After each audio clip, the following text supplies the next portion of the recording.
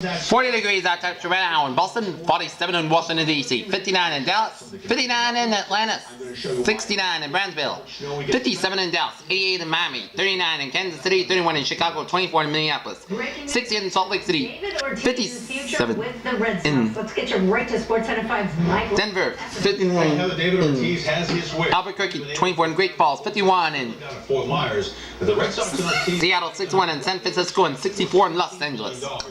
Regional temps, it's 40 degrees for Boston and Norwood, 37 in Pittsburgh and in Bedford and in Beverly, 35 in Gloucester, it's 42 in Taunton, 40 in New Bedford, 39 in Falmouth, 41 and out in Chatham, 36 out in Provincetown, 40 in Nantucket, 43 in Martha's Vineyard, 37 in back on 30 in Westerly, 41 out in Warwick, 36 out in Smithfield, 38 in Webster, 34 in Sturbridge, 34 in Milford, 32 in Worcester, 33 out in Gardner, 35 in Greenfield, 32 in Amherst, 33 in Springfield, 26 in Pittsfield, 30 in North Adams, 30 in Albany, 29 in Bennington, 32 in Keene, 32 in Concord, New Hampshire, 30 in Manchester, New Hampshire, 36 in Nashua, New Hampshire, 34 in Portsmouth, New Hampshire, 34 in Windsor, 37 in Hartford, 38 out in the Meriden, 36 in Waterbury, 36 in Danbury, 41 in Bridgeport, 44 in New Haven, and 38 out in New London, and it is 39 in New York Island, on Long Island, 40 in Montauk, and 41 in New York City. Okay, let us take a look at our HPC forecast discussion here. Temperatures will be 10 to 25 degrees below average from the northern high plains eastward to the Mid-Atlantic states, and high pressure over the upper Midwest will move eastward off to the northeast coast by Tuesday at a quasi-stationary front. Extending from Florida across the Gulf Coast states and along the front range to the Rockies will have waves of low pressure moving along the boundary for Tuesday. The disturbances will produce showers and thunderstorms along the Gulf Coast. Rain will develop along parts of the Carolina Mid-Atlantic coast on Sunday evening and later Sunday night. Meanwhile, the disturbance moving out of western Canada will move southeastward to the Ohio Valley by Tuesday. The energy to produce light snow over the parts of the northern and central Rockies and the northern high plains and the parts of the northern and central plains by Sunday evening. The snow will wane over the northern high plains by late Monday afternoon, while another area of snow over the middle Missouri Valley by move into the upper Great Lakes western Ohio Valley by Monday evening. This energy will induce low pressure to the southeast coast as snow develops over the Great Lakes and the parts of the Ohio Valley and Mid-Atlantic by Tuesday morning. Rain will also develop along the southeast Virginia and Carolina coast on Tuesday morning. Another area of high pressure will move southeastward out of western Canada to the central plains by Tuesday morning. Additionally, a front over to the eastern Pacific will approach the northwest coast and northern California on Tuesday. The system will bring some light to moderate rain along the coast from northern California to the Pacific Northwest. There. Okay, let's take a look at forecast discussion for New England there. Northwest wind brings unseasonably cold air into the southern New England tonight and Monday as high pressure builds in the region. A significant winter storm will impact us. Least southeast New England late Tuesday, Wednesday, March milder air will turn to the end of the week and to the next weekend with a chance of showers Friday and Saturday. Near term, Arctic cold front has moved south of New England. Colder dry air is moving in. Upper shortwave racing east front the flow as drained the wave along into the front well to our south. This has generated some precipitation over the Mid-Atlantic coast and extended offshore. As this wave passes to our south, it should maintain mid and high clouds over the area throughout the evening. Could be some clearing in southern New Hampshire and northwest Massachusetts. Gusty northwest winds around 20 knots. Tonight, high pressure builds over the Midwest and maintains a northwest flow of air into New England. This will mean a clearing trend tonight. It also draws Arctic air into the southern New England and it'll also maintain enough of a pressure gradient to keep winds blowing into at least the first part of the night. Late afternoon depth points were in the single numbers and teens with single numbers above a short distance upstream above zero and single numbers below zero far upstream. Wind should keep temperatures from falling too fast, at least for the first part of the night. Winds diminish after midnight, which may allow temperature to fall a little faster than the forecast. It will low dew points being infected in our area, but there will be plenty of room to fall if the wind should go calm. Let's get the latest from the crisis. The best chance for this would be in the sheltered valley areas of southern New England, southern New Hampshire, and northwest Massachusetts. We took model minimum temperature forecast and bumped them down a couple of degrees. The combination of wind and cold temperatures will cause wind chill values to fall below zero overnight. However, values should stay above 10 degrees below zero Fahrenheit. I take care. Moving across the coastal waters with journeying sharp low level lapse rates even here in March with coastal water temperatures over 3 to 4 Celsius. Temperatures will be roughly 14 Celsius surface to 925 millibars and 21 Celsius surface to 815 millibars. This will be a steady wind over the 12 knots should be enough to generate ocean effect. Cloud snow showers over Massachusetts Bay. Northwest wind will carry these past Bottom Standard Trail over the outer Cape, and north wind would be carried these across all of the outer Cape. And possibly into the high end mid Cape area. Best chance will be after midnight. Okay, from now 2 a.m. Monday, temperature is going to be 1 and 20 degrees below seasonal normal both tonight and Monday. With a frigid air over the milder ocean water, scattered snow showers will develop across Cape Cod and then tuck it overnight in the Monday morning here. And we got to take a look at our HPC. Okay. We're going to take a look, go to 2 a.m. temperatures here. Fast forward to 2 a.m. on Monday. We are going to contend with 18 in Hartford, 19 for Boston, 14 for Worcester, 8 for Concord, 11 for Rutland, 12 for Portland, and 26 for New York.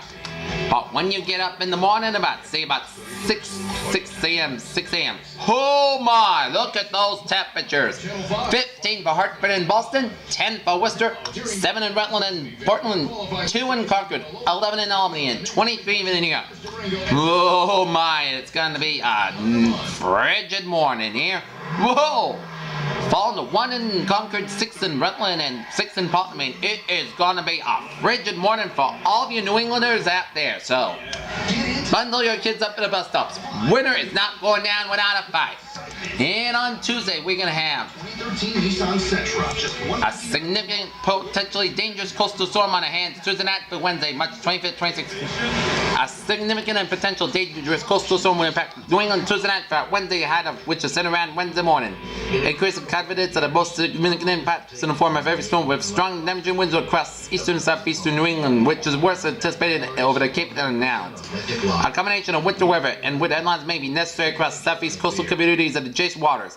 There will also be the potential for coastal flooding with high tide Wednesday morning, especially for the north-facing shorelines, and particularly for areas of Cape Cod facing Cape Cod Bay, Nantucket. Specific main uncertain subtle shifts in the storm would change significantly at present has confidence impacts across southeast New England. And oh my, look at those high uncertainty, no certainty as to exact specifics. Continued spread of potential outcome, wind storm track strafing position. Such slight the solution that brought a happy ending. Rondell and Richardson. Differences equate to roughly a 50-mile shift in impact situation with a storm track making all the differences between significant outcomes and nearly next to nothing. Remainder of this briefing focus on the potential what, where, when of impacts is never certain to be in the latest forecast guidance. And these all these significant impacts here. This will move closer and closer. This side will be less significant than possible. So we'll find out. And what modern and heavy snow timing. This is weird. This deer trying to jump the fence. Tuesday night into Wednesday, impact snow baby heavy at times resulted in hazardous travel conditions as well as visibility down to a quarter mile or less, especially for far east, southeast Massachusetts and Cape Cod and Nantucket. Flown and driven snow may be an issue as well. Covenants, moderate covenants. With a storm warning is minimum of 6 inches possible in Cape Cod and the islands, perhaps in the southeast Plymouth County. Winter weather rising is minimum of 3 inches for portions of eastern, southeastern Massachusetts and Rhode Island. Low covenants, blizzard conditions possible, especially between high ends and Chatham on eastern Cape and Nantucket. And this is a snowfall probability. Highest snowfall will be the Cape and the Islands and southeastern Massachusetts. Here, we may get a 53 to 54% probability of some snow, and the further west you go, the lower the snowfall totals will be possible. Here, No, I really don't. This is crazy. there'll be 2 inches or more. Well, you can tell it's a pretty wooded backyard. And strong damaging winds Tuesday There's a pond and a farm not far by, and the fence. night through Wednesday night. And impacts globally winds potentially gusted of 45 to 60 miles per hour may result in downed trees, power relads isolated to scattered power outages, and structural damage winds may aid in blizzard conditions. Yeah, but the deer's safe and sound in the woods, and that's perfect. Out by the eastern Cape and Nantucket and Covenant.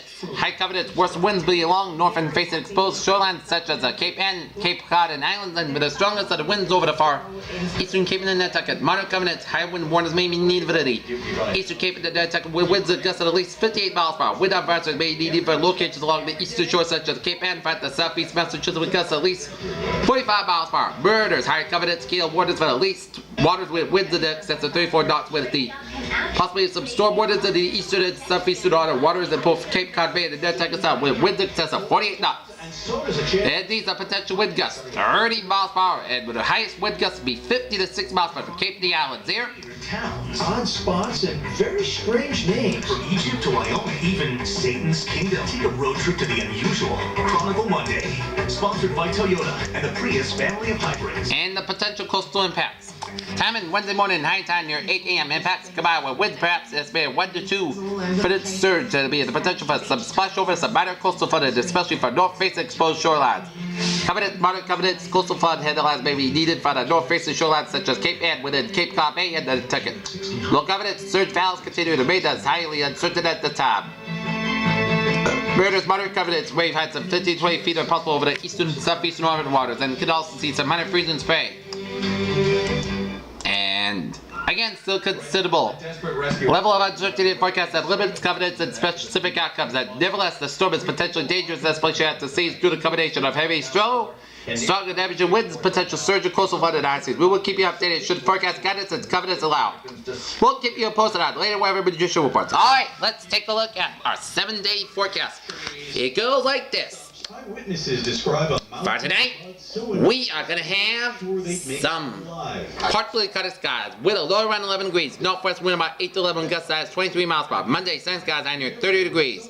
Northwest wind about 9 to 11 miles per gust size 21 miles per hour. Monday night, partly skies low 14 degrees. Northwest wind about 5 to 7 miles per hour coming in the evening. Tuesday, slight chance of snow between 11 a.m. and 3 p.m. Then a chance of rain. Partly skies high near 37 degrees. Light south wind decrease to 6 to 11 miles per hour in the morning. Chance of precipitation 30%. Little snow circulation expected. Tuesday night. Chance of rain before 7 p.m. Then snow likely. Clouds skies low 23 degrees. Southeast wind about 7-11 miles per hour and northeast around midnight. Winds good gust size 23 miles per hour. Chance of precipitation 60%. Wednesday, chance of still. Morning before noon. Mostly clouds skies high near 36 degrees. Breezy. Chance of precipitation 40%. Wednesday night. Mostly clouds skies low 18 degrees. Thursday, sunny skies high near 42 degrees. Thursday night. Mostly clouds skies low 31 degrees. Friday, partly sunny skies high near 53 degrees. Friday night. Chance of showers. Mostly clouds skies high near 43 degrees. Chance of precipitation 50%. Saturday, chance of showers. Mostly clouds skies near 58 degrees. Chance of precipitation 40%. Saturday night. Most of the skies low 36 degrees. Sunday, put the sun sky near 50 degrees. Peters, what a phrase of the day! Good evening. Frigid night and top of that. Chilling day and top of tomorrow. That's a PJ. What's up? You have a good evening with a good positive attitude. I'll see you at 11. Have a good evening.